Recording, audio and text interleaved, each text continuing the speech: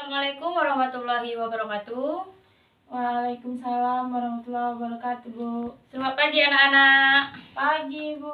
Marilah sebelum kita memulai pelajaran pada pagi hari ini, marilah kita sama-sama melepaskan lapas basmalah.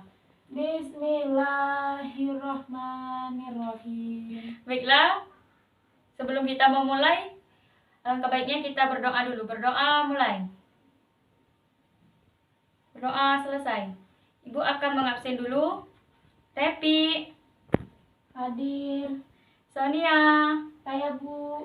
Cindy, Saya, Bu. Riza, Hadiro. Yuni, Hadiro. Indah, Hadir. Ida, Saya, Bu. Akbar, Saya, Bu. Ilham, Hadir. Wahyu. Hadir. Nah, baiklah, hadir semua. Kita akan melanjutkan materi minggu kemarin, yaitu klasifikasi makhluk hidup. Yang pertama, Ibu akan membacakan tujuan pembelajaran pada hari ini, yaitu melakukan pengamatan terhadap makhluk hidup dan benda tak hidup, menjelaskan ciri-ciri makhluk hidup, menjelaskan perbedaan makhluk hidup dan benda tak hidup, mengelompokkan makhluk hidup berdasarkan klasifikasinya. Tidak dulu, Bi. Yang pertama, makhluk hidup.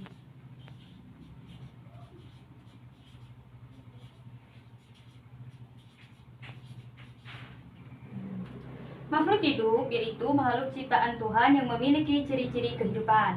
Makhluk hidup atau disebut dengan benda mati adalah benda yang tak memiliki ciri-ciri kehidupan.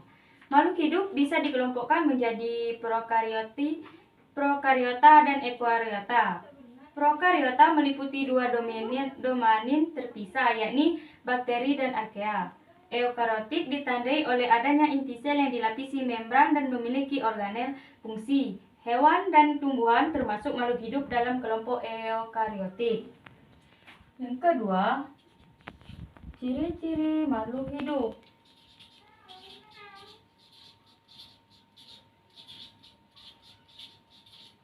Yang pertama, bernapas.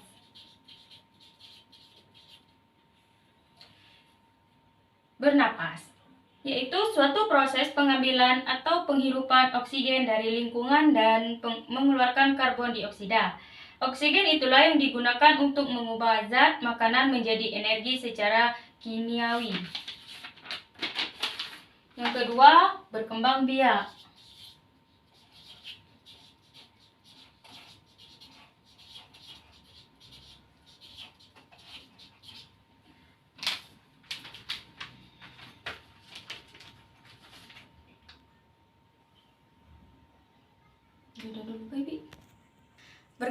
Berkembang biak adalah suatu proses yang terjadi pada makhluk hidup untuk menghasilkan keturunan. Tujuannya adalah melestarikan atau mempertahankan keberlangsungan hidup spesies makhluk hidup tersebut. Berkembang biak juga termasuk ciri-ciri makhluk hidup untuk membuat keturunan baru, tapi perlu dipahami bahwa tidak semua makhluk hidup melakukan reproduksi dengan membutuhkan pasangan dan reproduksi seksual. Yang ketiga, bergerak.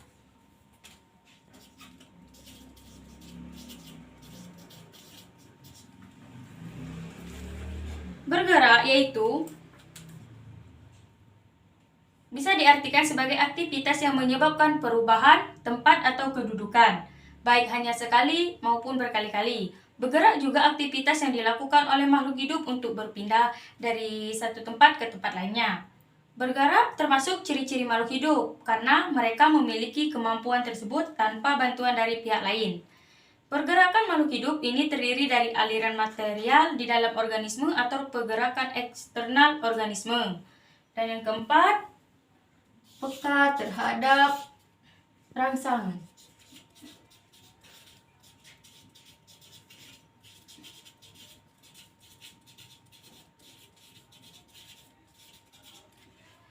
Peka terhadap rangsangan atau iritabilitas adalah kemampuan makhluk hidup untuk menanggapi atau merespon rangsangan, baik berupa sentuhan, cahaya matahari, air, zat kimia, suhu, dan gravitasi bumi.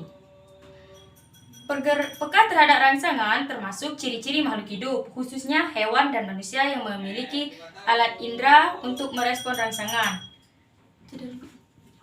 Karena itu, makhluk hidup biasanya berlangsung merespon atau bereaksi ketika merasakan rangsangan dari sekitarnya. Dan kelima, mengeluarkan zat sisa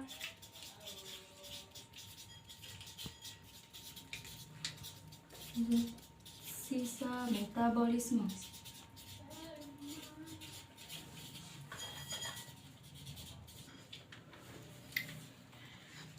Zat sisa metabolisme adalah senyawa sisa yang dihasilkan dari proses metabolisme yang tidak bisa digunakan kembali oleh organisme yang dikeluarkan melalui proses sekresi. Ekskresi adalah proses pembuangan sisa metabolisme dan benda tak berguna lainnya. Ekskresi merupakan proses yang ada pada semua bentuk kehidupan. Pembuangan zat sisa ini termasuk ciri-ciri makhluk hidup. Yang keenam, adaptasi.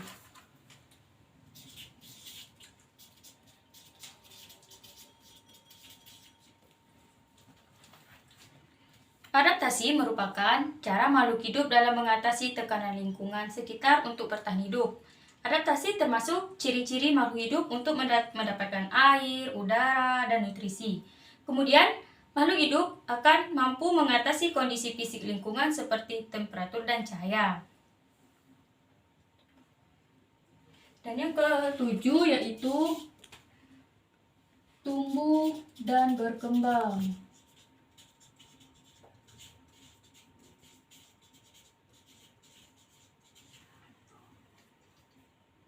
Ciri-ciri makhluk hidup lainnya termasuk tumbuh dan berkembang. Tumbuh adalah perubahan fisik yang bisa diukur, sedangkan kembang adalah pertambahan kemampuan struktur dan fungsi tubuh yang lebih kompleks. Semua jenis makhluk hidup pasti akan mengalami pertumbuhan dan perkembangan, baik manusia, hewan, dan tumbuhan, sehingga akan mengalami pertumbuhan dari yang berukur kecil sampai yang besar. Dan materi yang kedua yaitu klasifikasi makhluk hidup.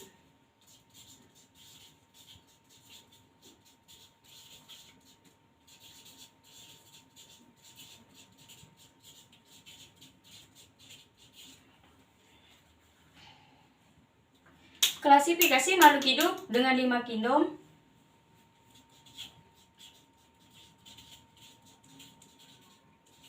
Yaitu 1. Kingdom Monera. Sistem klasifikasi makhluk hidup dengan kingdom Monera adalah kelompok organisme yang inti selnya masih belum memiliki membran inti atau bisa disebut sebagai organisme prokariotik. Tapi, organisme ini memiliki bahan inti berupa asam inti atau DNA yang bisa digunakan untuk reproduksi. Makhluk hidup yang masuk dalam sistem klasifikasi kingdom Monera adalah organisme yang bersel tunggal, yang tidak memiliki selaput inti atau prokariotik, bisa membuat makanan sendiri atau bergerak atau berpindah tempat. Yang kedua, kingdom Protista.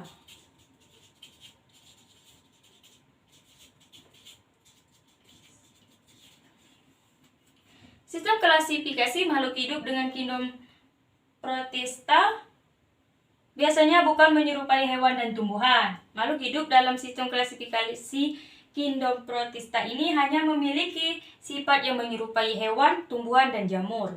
Adapun makhluk hidup berupa tumbuhan yang masuk dalam kelompok Protista adalah ganggang atau alga. Makhluk hidup ini berupa hewan yang masuk dalam kelompok Protista adalah protozoa, sedangkan jamur yang masuk dalam kelompok Protista biasanya jamur lendir dan jamur air.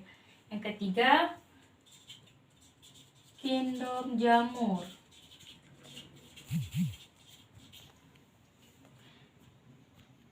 Kingdom jamur atau fungsi merupakan pengelompokan makhluk hidup berdasarkan cahaya memperoleh makanan. Kelompok makhluk hidup dalam kingdom jamur ini memperoleh makanan dengan cara menguraikan bahan organik makhluk hidup yang sudah mati. Tapi, jamur berbeda dengan tumbuhan lainnya. Jamur tidak berklorofil, berspora, tidak memiliki akar, batang, dan daun. Jamur biasanya hidup di tempat yang lembab, bersifat saprofit atau organisme yang hidup dan makan dari bahan organik yang sudah busuk, serta parasit atau organisme yang hidup dengan menghisap makanan dari organisme lain yang ditempeli. Dan yang keempat,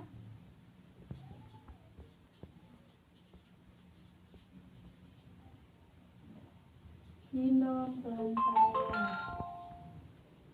sistem klasifikasi makhluk hidup dengan Ginom Plantera terdiri dari organisme bersel banyak yang bisa memproduksi makanan sendiri dengan cara berfotosintesis.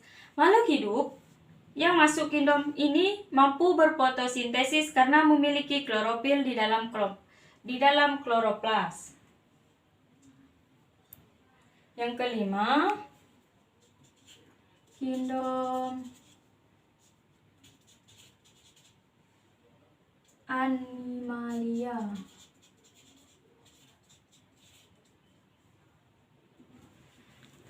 Hewan termasuk makhluk hidup yang masuk dalam sistem klasifikasi kingdom Animalia karena hewan merupakan kelompok makhluk hidup yang dengan cara memangsa makhluk hidup lainnya.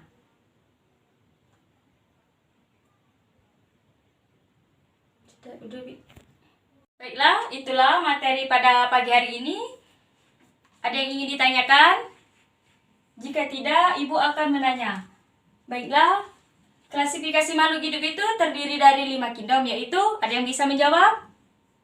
Saya, Bu. Ya, baiklah, kepada saudari Repi.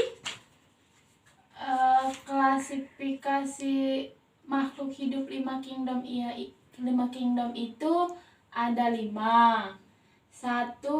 Kingdom Monera. 2. Kingdom Protista. 3. Kingdom Jamur. 4. Kingdom Animalia. 5. Kingdom Plantea. Ya, benar. Mungkin itulah materi pada pagi hari ini. Jika ada salah kata Ibu mohon maaf, kepada Allah Ibu mohon ampun.